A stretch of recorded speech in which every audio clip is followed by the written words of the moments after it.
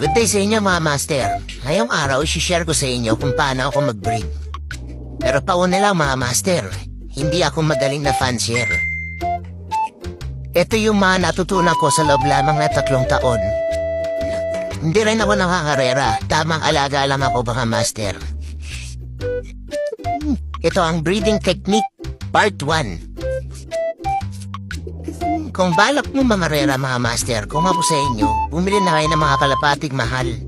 Yung mga may linyada talaga, yung may mga napatunayan na sa karera. Sabi nga ng mga master natin, magsasayang ka lang ng oras at panahon sa pag-aalaga ng mga kalapati na wala namang napatunayan pa. Yun ay kung balak ninyong mangarera mga master. Pero ako, itong mga kalapati ko, mga hindi ko alam kung ano lahi nitong mga to. Tamang alaga lang kasi ako. Ang una ko lang talagang plano ay mag-alaga, magpaitlog at magparami ng kalapati.